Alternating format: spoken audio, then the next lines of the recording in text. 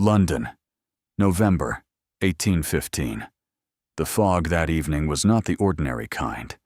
It was the variety that arrived with weight, that pressed itself against the windows of Mayfair and filled the streets with a silence that had texture, the kind of fog that made London feel like a city that had misplaced itself and was not entirely certain it wished to be found. The Duke of Ashworth had been blind for 5 months. He had lost his sight at Quatre Bras 2 days before Waterloo, when a French canister round had sent shrapnel across the left side of his face and taken everything from the neck up except his hearing, his voice, and the particular stubbornness that had kept him alive through 6 hours of field surgery and 14 weeks of recovery in Brussels. He had returned to London in September, to a house he could no longer see, a title he could no longer administer without assistance, and a society that had decided, with the efficient compassion of people who preferred their heroes visible and decorative, that he was to be pitied, managed, and spoken about in the past tense. He had gone walking that evening against the explicit instructions of his valet, his steward, his physician, and his aunt, Lady Pemberton, who had taken up residence in Ashworth House, with the immovable certainty of a woman who believed her nephew required supervision and intended to provide it until he agreed, which she estimated would take approximately forever. He had made it 4 streets before the fog closed completely, and he understood, with the calm precision of a man who had once navigated battlefields by sound, that he was lost. Not dangerously lost. London lost. The kind of lost where the streets you have known since childhood become a geography of sounds without landmarks, and every direction is equally plausible and equally wrong. He stopped. He listened. Cobblestones under a carriage somewhere to his left. The Thames, faintly, which meant south. A dog. Nothing useful. He reached out his hand. It was not a gesture of desperation. It was the instinct of a man who had spent 5 months learning that the world came to him now, through surfaces and textures, and the willingness to extend himself into empty space and wait for something to meet him. A hand took his. Small, gloveless, cold, and a voice, young but not childish, steady but not loud, said from somewhere near his shoulder, "I am here, Your Grace. You are on Curzon Street. Your house is 300 yards behind you, and you have been walking in the wrong direction for approximately 10 minutes. He did not pull his hand away. He did not ask who she was. He stood in the London fog with a stranger's hand in his, and understood, with the instinct that had replaced his sight, that whatever was about to happen wasn't going to be simple. "You know who I am," he said. "Everyone knows who you are," she said. "You are the Duke who came back from the war. The question is whether you know where you are going." "At present," he said, "I do not." "Then I will walk with you," she said, "until you do." Her name was Seraphine Dalton. He learned this the following morning, not from her, but from Lady Pemberton, who had conducted a comprehensive investigation into the identity of the young woman who had returned the Duke of Ashworth to his own front door at 9:30 in the evening, and had reached conclusions she delivered at the breakfast table with the controlled alarm of a woman who had discovered something socially catastrophic. "She is the daughter of Matthias Dalton," Lady Pemberton said, in the voice she reserved for information that required sitting down, even if one was already seated. "The shipping merchant, the one from Rotherhithe." Rotherhithe. Trade. The kind of money that arrived on boats and smelled, if one were inclined to notice, of salt and tar and the absence of ancestry. "She guided me home," the Duke said. "She was unaccompanied on a London street at 9:30 at night," Lady Pemberton said. "She was gloveless. She took your hand without introduction. And her father makes his money moving cargo from the Baltic." "She knew who I was," he said. "She knew what street I was on. She walked me home without fuss or commentary. I consider that a service. A service, Lady Pemberton repeated. Edmund, a duke does not receive services from unmarried women in the street after dark. A duke does not hold hands with a shipping merchant's daughter. You are Ashworth. You are the last of the line. You require a wife of appropriate standing and appropriate understanding of what this house demands. She paused. He could hear in the pause the architecture of what was coming. You require a woman who understands her position, Lady Pemberton said, who will not mistake proximity for permission, who will conduct herself within the boundaries of what is appropriate for someone of her situation. Her situation, he said. She is trade, Edmund. Accomplished trade, I am told. Educated trade. But trade nonetheless. And you are blind and vulnerable and the subject of considerable public attention. And I will not have some Rotherhithe girl with a talent for appearing at convenient moments install herself as a fixture of this household. The Duke set down his tea. He did this with the careful precision of a man who had learned to navigate a breakfast table by memory and refused to let the learning show. You have decided what she is, he said, before I have decided what she was doing. I have decided what is appropriate, Lady Pemberton said, which is my function in this household until you are recovered sufficiently to resume your own judgment. He did not respond to this. He thought about a hand, small and gloveless and cold, taking his in the fog without hesitation. He thought about the word appropriate and who it protected and from what. The letter arrived at Ashworth House 3 days later. It was addressed to the Duke in a hand his secretary described as clean, practical, and feminine, and it was read to him in the study at 11 in the morning, while Lady Pemberton was mercifully occupied with the housekeeper. Your Grace, I trust you arrived safely at your door the other evening and have suffered no lasting inconvenience from the fog. I wish to assure you that I expect nothing from the encounter. I was walking home from my father's warehouse office on the Strand, which I manage 3 evenings a week, and I recognized your difficulty and responded as anyone might. I understand that the circumstances were irregular. I understand that my station and yours are not equivalent. I do not require acknowledgement, invitation, or continuation. I am glad you are home. That is the whole of it. Respectfully, Seraphine Dalton. The Duke sat with this letter in the silence of his study and thought about every sentence. He thought about a woman who managed a warehouse office 3 evenings a week, which told him something. He thought about the phrase, I recognized your difficulty and responded as anyone might, which was factually true and emotionally generous and more dignified than anything Lady Pemberton had said about the entire affair. He thought about, I do not require acknowledgement, invitation, or continuation, which was the most precise and the most final sentence he had received in 5 months. She had curtsied with words. That was what the letter was, a curtsy on paper. The same gesture of perfect, calibrated departure. I see the situation clearly. I am not asking for anything. I am removing myself before this becomes something that diminishes either of us. He sat with it for a long time. He thought about Lady Pemberton saying trade in the voice that made the word a category rather than a description. He thought about Seraphine Dalton saying, I am here, your Grace, in the fog, in the voice that had made the words a fact rather than a performance.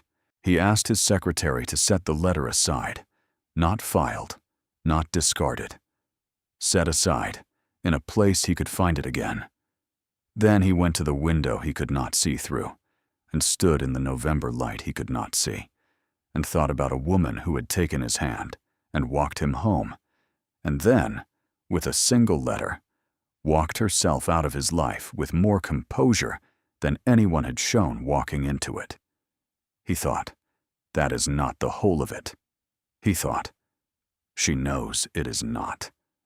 Matthias Dalton purchased the lease on number 14 Grosvenor Street in the first week of December, which was not the most expensive address in Mayfair, but was, by any competent social calculation, the most strategically positioned.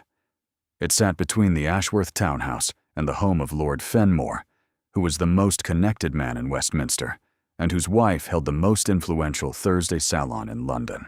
The lease had come available because the previous tenant, a minor baron with substantial debts, had retreated to the country with the haste of a man whose creditors had learned his address. Seraphine moved in on the 12th of December. She brought her father's housekeeper from Rotherhithe, a writing desk she had commissioned herself from a cabinet maker in Shoreditch, and 14 crates of books that took 2 days to shelve and represented, her father observed, an investment in literature that exceeded the annual revenue of some of the families she was now living between. Her father, who had spent 30 years building a shipping concern from a single barge on the Thames into a fleet of 19 vessels trading across the Baltic and the North Sea, understood what his daughter was doing. He understood it because he had taught her to do it. You did not compete with established firms by asking permission. You positioned yourself in the shipping lane and made your cargo impossible to ignore. "Grosvenor Street," he said, standing in the new drawing room while the housekeeper directed the arrangement of furniture. "Next to the Ashworth house." "Between the Ashworth house and the Fenmore house," Seraphine corrected. "The location is advantageous for the warehouse business. The Strand office is 30 minutes by carriage. Westminster is 15. And the Fenmore Salon will provide introductions to the shipping committee, which has been inaccessible to us from Rotherhithe." Her father looked at her with the expression of a man who had raised this particular person from infancy and had never once been deceived by her commercial reasoning when it was being used as a surface for something else. "The shipping committee," he said.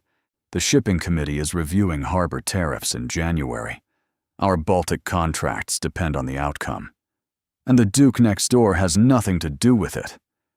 The Duke next door is blind and besieged by his aunt, and has almost certainly forgotten that I exist." "You wrote him a letter," her father said. "I wrote him a letter of closure." "You wrote him a letter that was so perfectly composed that no man with any intelligence could possibly treat it as closure," her father said. "I have read your commercial correspondence for 10 years, Seraphine. I know what your letters sound like when you intend them to end a conversation, and I know what they sound like when you intend them to begin one." Seraphine looked at the window that faced the Ashworth house. She could see the upper floors from here, the study window on the second floor, where a figure occasionally stood in silhouette, a tall man standing at a window he could not see through, as if looking out were a habit the body refused to surrender even after the eyes had. "He stood in the fog," she said quietly. "He had his hand out. Not like a beggar. Not like a man who was afraid. Like a man who had decided that the world would either meet him or it would not, and he was willing to wait for the answer." She paused.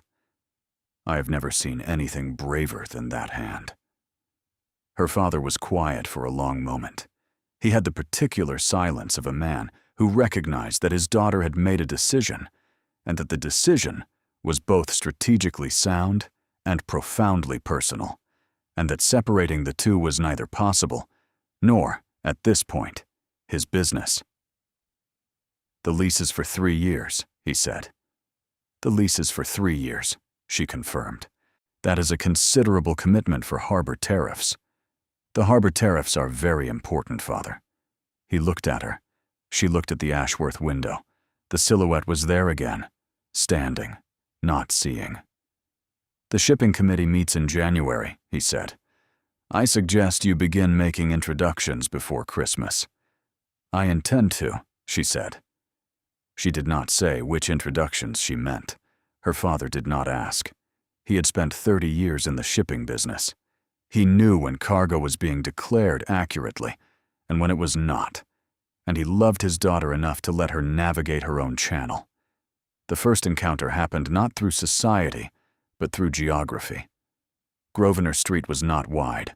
The houses shared a mews at the rear, and the Ashworth carriage house and the number 14 carriage house were separated by a single wall and a gate that had not been locked since the previous century, because both properties had been owned by families who had no reason to lock gates against each other. Seraphine discovered this on her third morning when she went to the mews to speak with the coachman about the Strand route, and found the gate standing open and a groom from the Ashworth stable walking a gray horse through what was technically her yard. The groom apologized. He explained that the previous tenant had permitted the arrangement. The Ashworth stable was larger, but the exercise yard was shared. It had always been so. Seraphine looked at the gate. She looked at the shared yard. She thought about closing it, which would be within her rights. She thought about leaving it open, which would be within her interests. She left it open. The Duke appeared at the gate 4 days later, not through it. At it, standing on his side with his hand on the post, the way a man stands when he knows exactly where a boundary is and intends to respect it while making his presence known. "Miss Dalton," he said. She had been in the yard checking the carriage wheel, which had developed a rattle on the Strand route. She was holding a wrench. She set it down, then realized he could not see her set it down, then realized it did not matter. "Your Grace," she said, "my groom tells me the yard arrangement has continued." "It has. The gate was open when I arrived. I saw no reason to close it." "That is generous. It is practical. Your stable is larger than mine. The shared yard benefits both properties. Closing it would inconvenience your household and gain mine nothing except the satisfaction of a boundary, which is not a commodity I find worth the cost." He was quiet. She watched his face, which she could do freely because he could not see her doing it, and she noted the way he listened, the slight tilt of the head, the quality of attention that was more focused than any sighted person she had ever spoken to. When he could not see her face, he heard everything in her voice. She understood this and found it, against her expectations, not unsettling, but clarifying. There was nowhere to hide from a man who listened like that. "You manage your father's warehouse," he said. "I manage his Strand office, 3 evenings a week and Saturday mornings." A woman managing a shipping office in the Strand. "A woman managing a profitable shipping office in the Strand," she corrected. "The distinction matters." "It does," he said. And the way he said it was not the way Lady Pemberton would have said it. "Your aunt," Seraphine said carefully, "was not pleased about the evening in the fog." "My aunt," the Duke said, "is not pleased about most things that occur without her prior arrangement. She has a comprehensive system for how the world should operate, and the world has been disappointing her consistently for 58 years. She was not wrong about the impropriety. She was not wrong about the facts. She was wrong about the interpretation." Seraphine looked at the gate between them. She thought about the letter she had sent, the one that had said, "I do not require acknowledgement, invitation, or continuation." She thought about the fact that she was now standing 6 feet from his front gate, holding a carriage wrench, and having a conversation that was, by any honest measure, a continuation. "I should tell you," she said, "that I did not move to Grosvenor Street because of you. I did not assume you did. The location is advantageous for the shipping business. I am certain it is. The Fenmore Salon provides access to the Harbor Committee. An excellent reason." She waited for him to say something about the coincidence, or the proximity, or the letter. He did not. He stood at the gate with his hand on the post, and his expression held in the careful arrangement of a man who was managing a conversation he had not initiated and was not going to be the first to redirect. "The carriage wheel," she said. "The rattle. Would your groom know the cause? He has more experience with these cobblestones than my man does." "I will send him over this afternoon," the Duke said. "Thank you. Miss Dalton. Your Grace." He turned. He walked back toward his own house, and she watched him navigate the mews with the precise, counted steps of a man who had memorized every surface and she thought about how many hours of practice it had taken to walk like that, with that certainty, through a world he could not see. She thought about the fog. She thought about the hand. She picked up the wrench and went back to the carriage wheel, and did not think about the conversation for the rest of the morning, with the same moderate success she had been applying to not thinking about the Duke of Ashworth since November. The Harbor Tariff Review brought them together in January, which was not her design, but wasn't entirely accidental either. The Fenmore Salon on Thursdays had become her point of entry into Westminster's commercial circles, and Lady Fenmore, who was a woman of pragmatic intelligence and no particular reverence for the boundaries between trade and title, had introduced Seraphine to 3 members of the shipping committee within the first 2 weeks. The Duke attended the Fenmore Salon on the 3rd Thursday of January. This was noted by everyone in the room, because the Duke of Ashworth had not attended a social gathering since his return from Brussels, and his appearance at the Fenmore door, accompanied by his valet and without Lady Pemberton, was understood by the room as a statement, even if the Duke intended it as nothing more than an evening out of his own house. Seraphine was in conversation with Sir Halden Crowe of the Shipping Committee when the Duke was announced. She heard his name and continued her sentence about Baltic timber duties without interruption, which required more discipline than she had expected. He found her. That was the remarkable thing. In a room of 30 people, a room he could not see, he found her within 20 minutes. He navigated the salon by sound, and by the particular social choreography of a man who had once been the most socially fluent person in any room he entered, and who had not lost the instinct even after losing the sight. He arrived at her conversational group with Sir Halden and stood at her left, and Sir Halden, who was a man of impeccable manners, said, "Your Grace, you know Miss Dalton, I believe." "We are neighbors," the Duke said. "Miss Dalton has been making a most persuasive case regarding the Baltic tariff schedule," Sir Halden said. "I am not surprised," the Duke said. "Miss Dalton is persuasive about most things." Seraphine looked at him. He could not see her looking, but she had the distinct impression he knew.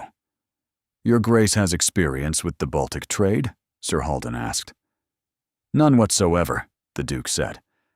"But I have experience with harbor management from my years in the Army, and I can tell you that any tariff structure that penalizes frequency of docking over tonnage of cargo will drive the smaller operators out of the Thames within 2 seasons. Seraphine went still. She had been making this exact argument for 3 weeks. She had not made it to the Duke. She had not discussed it with anyone at Ashworth House. He had arrived at the same conclusion independently, from an entirely different direction, and had just delivered it to the one man in the room who could act on it. "That is precisely the point," she said. "I know," he said, and the 2 words carried the weight of a man who had been listening to more than she had realized, through the shared wall, through the gate, through the mews, through whatever channels a man who could not see used to understand the world that was happening around him. The conversation continued. Sir Halden was engaged and interested, and the 3 of them talked about tariffs and docking fees and the economics of Baltic shipping for 40 minutes, and it was the most productive 40 minutes Seraphine had spent since arriving in Mayfair, and at no point during those 40 minutes did anyone in the room mistake it for anything other than what it also was, which was 2 people discovering that their minds worked in the same direction. Afterward, in the entrance hall, while carriages were called, the Duke stood near the door, and she stood near him, and the proximity was not arranged, but was not avoided. "You knew about the tariff argument," she said quietly. "I hear a great deal," he said. "The walls on Grosvenor Street are not thick. You have been listening to my meetings. I have been sitting in my study while you conduct meetings a considerable volume in a room that shares a wall with mine. Listening was not a choice. It was an architectural inevitability." She looked at him, the faintest movement at the corner of his mouth. Not quite a smile. The suggestion of one, held just short of completion. You could have closed your window, she said. I could have, he said. The ventilation would have suffered. The ventilation. I find fresh air essential to clear thinking, Miss Dalton. It is entirely coincidental that clear thinking and your Tuesday evening meetings with the harbor brokers occur at the same hour. She stood in the entrance hall of the Fenmore house and thought about a man who could not see her face and had memorized her meeting schedule through a shared wall, and who was standing in front of her, making a joke about ventilation with an expression that had nothing performed in it. Good evening, Your Grace, she said. Good evening, Miss Dalton, he said. She went home. She sat at her writing desk in the room that shared a wall with his study. She did not open the window. She thought about opening it. She thought about it for a very long time. The Pemberton Ball was in the second week of February, which Lady Pemberton had organized with the focused determination of a woman who intended to demonstrate that Ashworth House was functioning, that the Duke was presentable, and that the matter of his future wife was being managed by the appropriate people through the appropriate channels. She had invited 60 guests. She had arranged the music, the supper, the flowers, and the seating with the precision of a military campaign, and she had, after considerable internal debate, included Seraphine Dalton on the list, because excluding the immediate neighbor would have been a social error more conspicuous than including her. Seraphine arrived in dark blue. She had chosen it because it suited her, and because she had nothing to prove with her clothing, and she entered the Ashworth ballroom with her father beside her, and the composed attention of a woman who understood she was being observed and had decided to let the observation be on her terms. The ballroom was beautiful. She had not been inside Ashworth House since the night in the fog, and the scale of it, the high ceilings, the candlelight, the particular quality of a room that had been hosting occasions since the previous century, confirmed what she already knew about the distance between Rotherhithe and Mayfair. She was not intimidated by it. She was interested in it. There was a difference. The Duke was across the room. He was receiving guests with the formal attention of a man fulfilling a duty, and Lady Pemberton was beside him, managing the introductions with the seamless efficiency of a woman who had been doing this work her entire life and considered it her masterpiece. Seraphine circulated. She spoke with Lady Fenmore, who was warm. She spoke with Sir Halden, who asked about the tariff petition, which pleased her. She spoke with 2 women she had met at the salon, who were cautious and polite, and watching her with the quality of attention that meant they were forming opinions they would share later in private. She was speaking with Sir Halden's wife, Lady Crow, when she became aware of Lord Margrave. Lord Margrave was a Viscount, 47, who had inherited his title from an uncle and his opinions from a century that had not yet concluded that people like Seraphine Dalton were permitted in rooms like this one. He had been circling her for 20 minutes with the patient trajectory of a man selecting his moment, and he selected it now, arriving at her left with a glass of champagne and the smile of a man about to be entertaining at someone else's expense. Miss Dalton, he said, what a pleasure. I understand you are a neighbor of our host. I am, she said. And your father is in the shipping trade, I believe. Quite successful, I am told. Quite remarkably successful for a man of his origins. The word origins carried the weight he had designed it to carry. Lady Crow's expression became carefully neutral. My father has built a considerable business, Seraphine said. I am proud of his achievements. As you should be, as you should be. And here you are in Mayfair, in Grosvenor Street no less. One does wonder, he said, turning slightly to include the 4 people within hearing distance, whether the shipping business has expanded to include the transport of young ladies into neighborhoods somewhat above their usual harbors. The pause was theatrical. The smile was precise. The audience was assembled. Seraphine held his gaze. She had the response ready. She had been composing responses to men like Lord Margrave since she was 17 years old, and the one she had prepared was accurate and devastating and would have ended the conversation on her terms. She did not get to deliver it. "Miss Dalton's presence on Grosvenor Street," the Duke said, and his voice came from her right, closer than she had known he was, in a register she had not heard before, quiet and unhurried, and carrying the particular weight of a man who has never needed to raise his voice because his title has always spoken first, "has been of direct benefit to this household and to the commercial interests of this district." He was not looking at Margrave. He could not look at anyone, but he was facing him, and the effect was more unsettling than any stare, because the Duke's attention, without sight, had a quality of completeness that sighted attention rarely achieved. Her work on the harbor tariff petition has the support of Sir Halden Crowe and 3 members of the committee.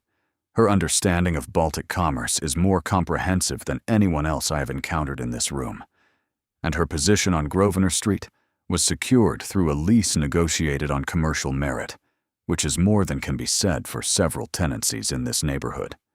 He paused. The pause had the weight of someone who knew exactly what silence cost in a room like this.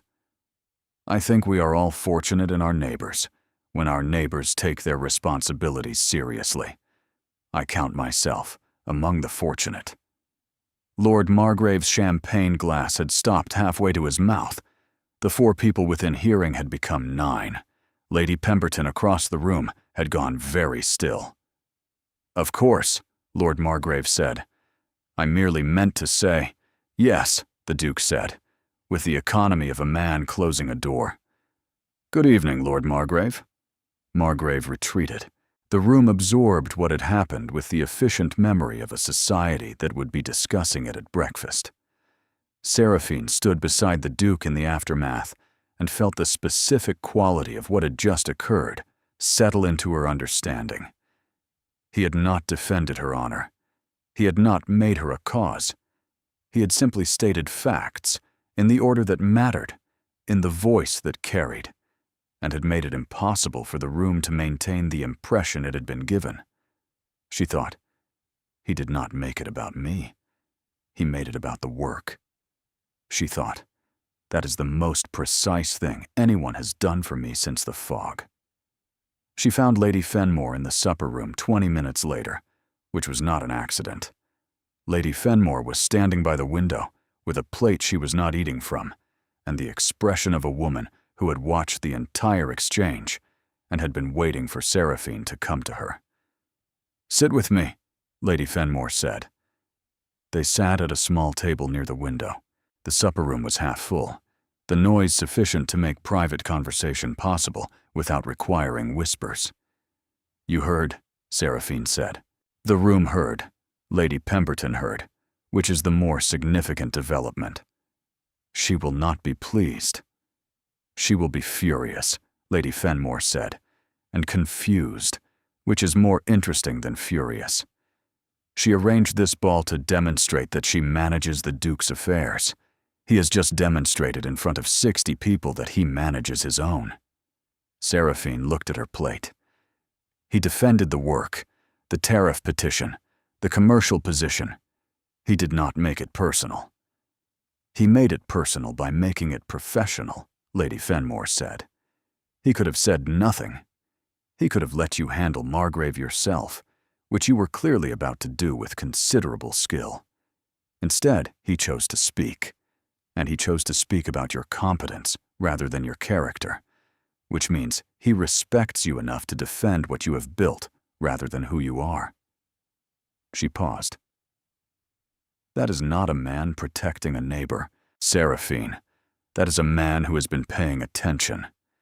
"He listens through the wall," Seraphine said, and then heard herself say it, and understood how it sounded. Lady Fenmore looked at her with the expression of a woman who had survived 30 years of London society and occasionally found it genuinely delightful. "He listens through the wall. The architecture, the shared wall between our studies. He hears my meetings." and he has absorbed enough of your commercial arguments to deploy them in your defense at a moment's notice."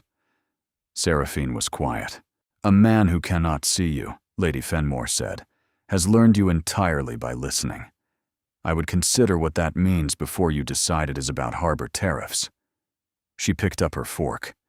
"The supper is excellent. Lady Pemberton's arrangements are always impeccable, whatever else one might say." Seraphine sat with her untouched plate and thought about a man who had memorized her arguments through a wall and delivered them in a ballroom and called it being fortunate in his neighbors. She thought about the word fortunate and what it cost a duke to use it about a shipping merchant's daughter in front of 60 people. It cost a great deal. She knew exactly how much. He came to her door on a Wednesday morning, the last week of February, not through the Mews Gate, through the front door.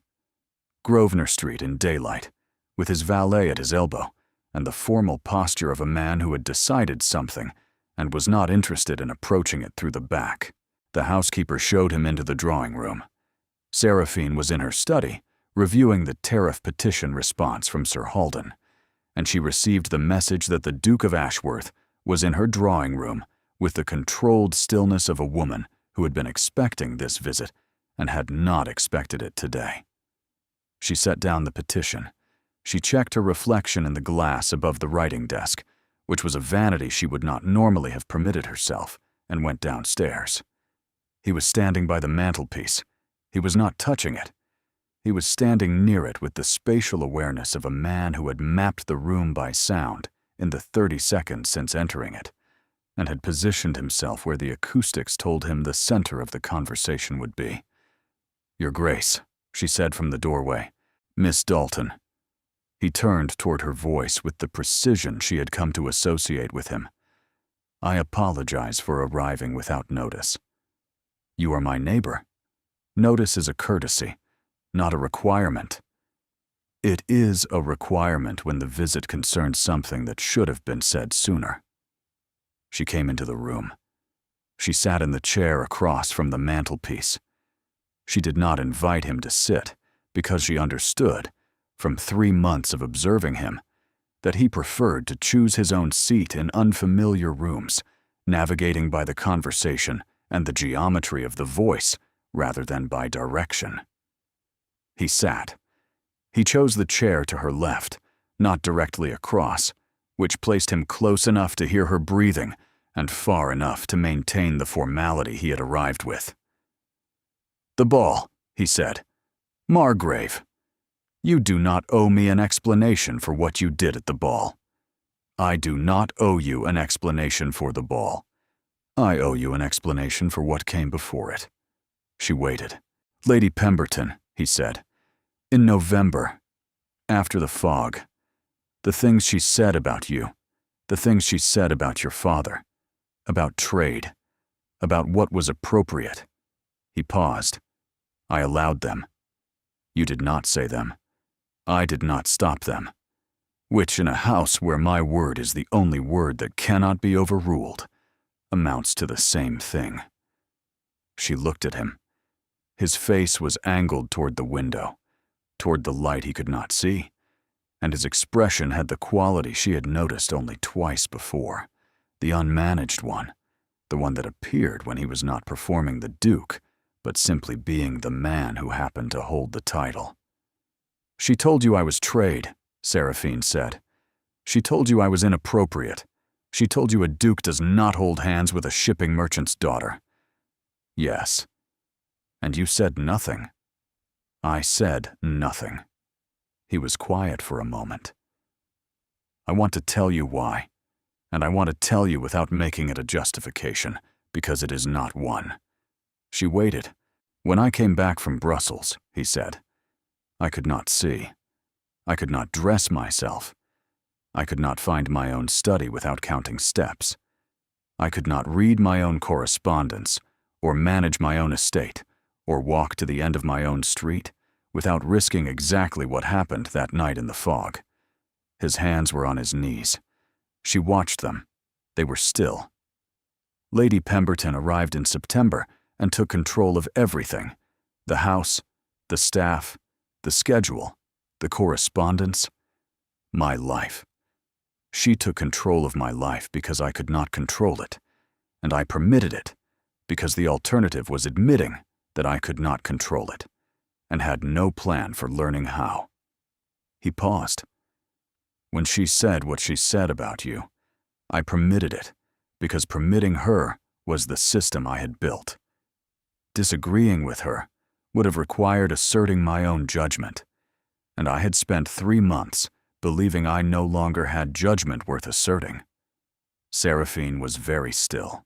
That is not a justification, he said. You were dismissed from my household by a woman acting on my authority, and I allowed it because I was hiding behind her certainty instead of finding my own. That was cowardice.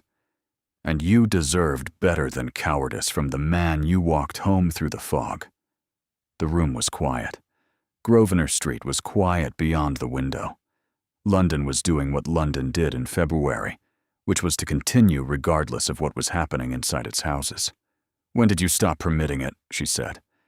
The night of the ball, when Margrave spoke. I heard him, and I heard you beside me, and I heard the breath you took before your response, and I knew 2 things simultaneously. The first was that you were going to dismantle him yourself, and that you did not require my assistance.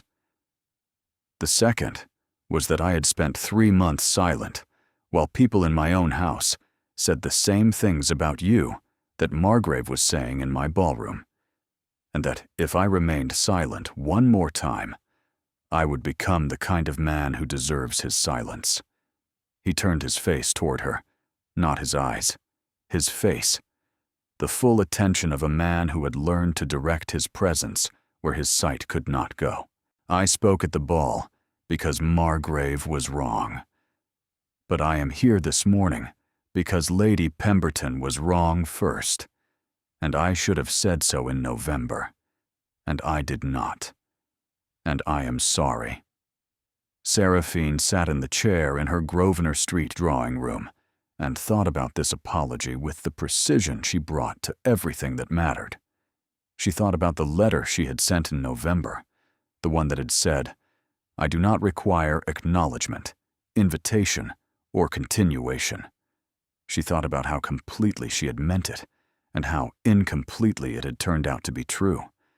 She thought about a man who had stood in the fog with his hand out, not begging, not afraid, simply open and waiting for the world to meet him.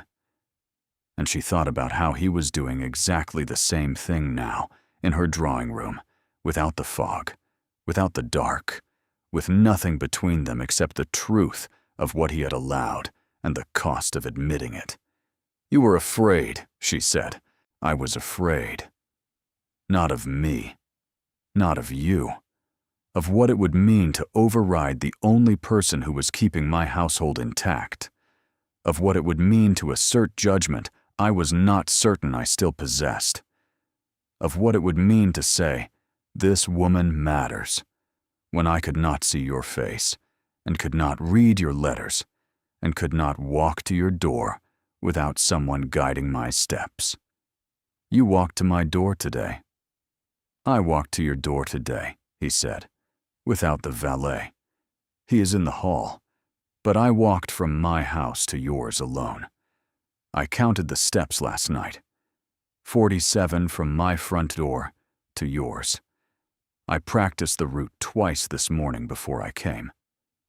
She felt something move in her chest, not the controlled, catalogued response she brought to negotiations and committee meetings and the management of difficult rooms, something less managed than that.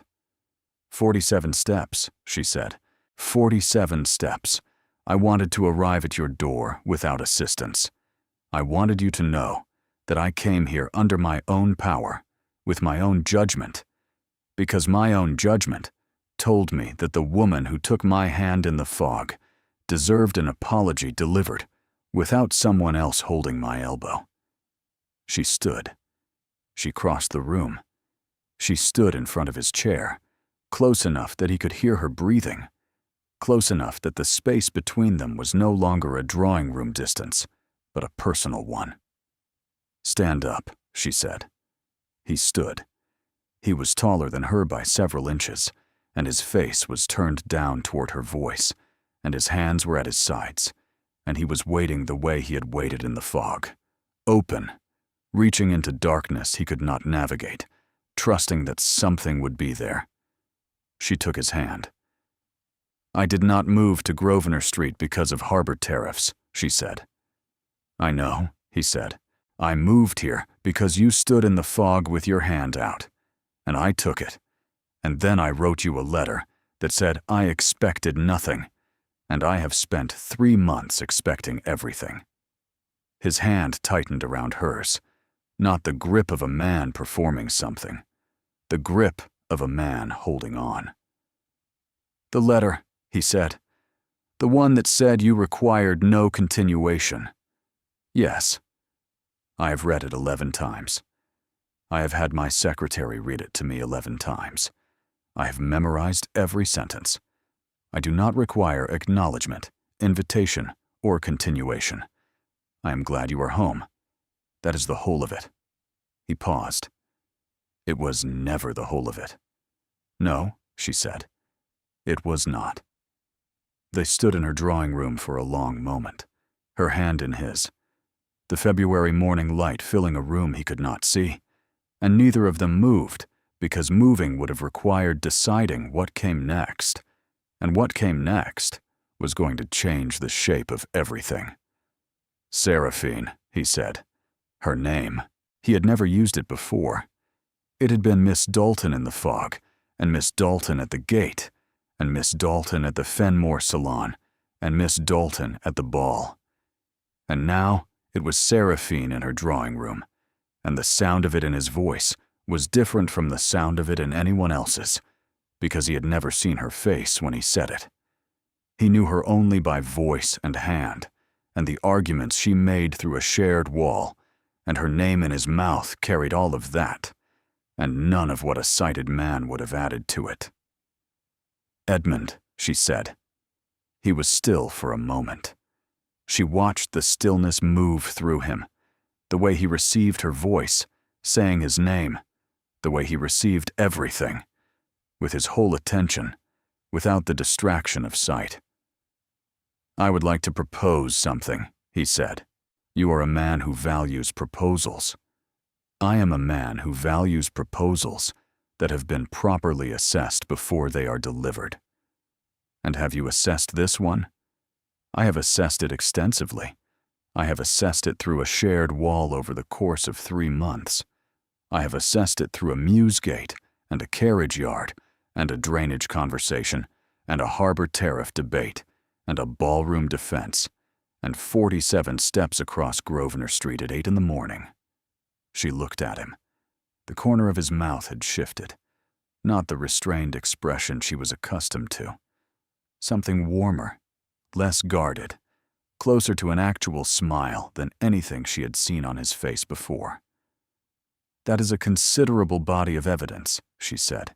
"It is the most comprehensive assessment I have ever conducted, and my conclusion is that I would like to marry you, and that this conclusion was probably inevitable from the moment you said, 'I am here, Your Grace,' in the fog, and that every subsequent piece of evidence has only confirmed what I understood in that first moment, which is that you are the most competent, most direct, most ungovernable person I have ever encountered, and that my household, my estate, my position, and my life would benefit immeasurably from your presence in all of them." She looked at their joined hands. She thought about the letter, the one that had said, "That is the whole of it." She thought about the 47 steps. She thought about a man who could not see her face proposing to her with an assessment rather than a declaration, because an assessment was honest, and a declaration would have been performance, and he had chosen honesty over performance, which was the only choice that would have worked with her. "My preliminary assessment," she said, "is that your proposal has merit." Merit, considerable merit. The evidence base is strong. The strategic alignment is sound. The geographic convenience is significant. Geographic convenience, he said, and now the shift completed itself. He was smiling.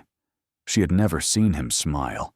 It changed his entire face, and she understood that she was going to spend a considerable amount of time making that happen again. However, she said, I have conditions. I would expect nothing less. The shipping office continues. My work does not stop because my address changes. Agreed. Lady Pemberton's authority over the household is subject to revision. Extensive revision. I have already begun. And the gate in the mews stays open. He was quiet for a moment. The gate stays open, he said. She extended her hand, the formal gesture, the one that belonged in negotiations and committee rooms and the closing of important agreements. He took it. He shook it with the firm, brief grip of a man who meant what he agreed to. Then, he did not let go. That is not how a handshake concludes, she said. I am revising the protocol, he said. On what grounds? On the grounds that I have spent 3 months listening to you through a wall, and holding your hand is considerably better, and I am not interested in releasing it on the basis of convention. She looked at their hands. She looked at his face, the face of a man who could not see her looking, and who knew she was looking, and who did not need to see it to know. The protocol, she said, is revised. The engagement was announced in the 3rd week of March, which was faster than London expected, and precisely as fast as Seraphine intended. Lady Pemberton received the news with the complex silence of a woman whose authority had been superseded by exactly the outcome she had been trying to prevent, and who was now required to perform enthusiasm about it in public, which she did with the rigid competence of a woman who understood that performance was, at this point, her only remaining contribution. Lady Fenmore hosted the engagement dinner. She had offered before being asked, with the decisive generosity of a woman who understood that hosting was a form of endorsement, and that her endorsement was the one that would settle the matter for London. 30 guests, the Grosvenor Street neighbors, the Fenmore Circle, Sir Holden and Lady Crow, the shipping committee members, who had come to respect Seraphine's work over the winter, and in the 14th seat on the left side of the table, Lord Margrave, who had been included with the deliberate precision of a woman who believed in containment through proximity. He will behave, Lady Fenmore had said, when Seraphine noted the name on the list. He will behave because he has no choice, and because the sight of Lord Margrave congratulating you on your engagement to the Duke of Ashworth will be instructive for everyone in the room, including Lord Margrave. Seraphine wore the dark blue again. Not the same dress. A better one, commissioned from a dressmaker her father had found in Cheapside, who understood that dark blue on a woman with Seraphine's coloring was not a choice, but a fact. She wore her mother's cameo at her throat, which was simple and correct, and said everything it needed to say about where she came from without requiring her to explain it. Edmund arrived at the dinner with the focused attention of a man navigating a room he could not see, and Seraphine watched him from across the table and thought about the first time she had seen him, in the fog, reaching out, and the version of himself he was now, reaching out in a different way, in a lit room, with 30 people watching, and not caring that they were watching because he had stopped performing for audiences sometime in February and had not resumed. The dinner proceeded. Conversation moved through the room with the practiced ease of London at its best, and Seraphine managed her end of the table with the skill she had been developing since she was 17, and Edmund managed his with the particular intensity of a man who listened to everything and forgot nothing, and the two of them conducted the evening as a partnership that the room could see, and that neither of them had discussed, because discussing it would have been unnecessary. It was simply how they operated. Margrave offered his congratulations at the end of the evening, in the drawing room after dinner, with the careful correctness of a man who had been outmaneuvered and knew it. He addressed Edmund first, which was proper, and then turned to Seraphine and met her eyes, and said the right words in the right order with the right expression. She received them with the composure she brought to all completed transactions. She said, "Thank you, Lord Margrave," and nothing else. And the nothing else was its own kind of eloquence. Edmund beside her said nothing. His presence was the statement. His hand found hers briefly, the lightest touch, the kind of contact that a blind man uses to confirm where the people he trusts are standing, and the kind of contact that meant, in this room, in front of these people, something considerably more than navigation. Later, in the entrance hall, while carriages were called, her father found her. He had been at the dinner, seated between Lady Crow and a shipping committee member, conducting himself with the easy authority of a man who had spent 30 years in rooms where he was underestimated and had stopped noticing. "Well," he said. She looked at the room. She looked at Edmund across it, saying goodbye to Sir Halden with the warmth of genuine respect, managing the farewell with the attention he brought to everything. He counted the steps, she said. 47, from his door to mine. He practiced the route twice before he came to propose. Her father looked at her with the steady attention of a man who had watched this particular person grow for 26 years and had never once found it tedious. "Is he good enough for you?" he said. She thought about it honestly. She thought about the fog and the hand and the wall and the gate and the 47 steps. "He's learning to be," she said. "Which is the version of the answer I trust most." Her father nodded. "It is the version I trust most as well." They were married in May at the church on South Audley Street, which was neither the grandest church in Mayfair nor the most fashionable, but was the one they could walk to from Grosvenor Street, and walking to it mattered, because Edmund intended to walk to his own wedding without assistance, and Seraphine intended to let him. She wore dark blue. Edmund had not been surprised when told. Lady Pemberton had not been surprised. Her father had simply nodded with the expression of a man receiving confirmation of something he had always known. The church was full. London turned out with the particular energy of a city that had been following this story since November, when the fog had delivered a blind duke into the hands of a shipping merchant's daughter, and had not been entirely sure what would happen next, and was now entirely satisfied with what had. Seraphine walked in on her father's arm and looked at Edmund at the front of the church and thought about the fog. She thought about the hand, reaching out into darkness, not desperate, not afraid, simply open. She thought about all the versions of what she had said to him, the first in the fog. "I am here."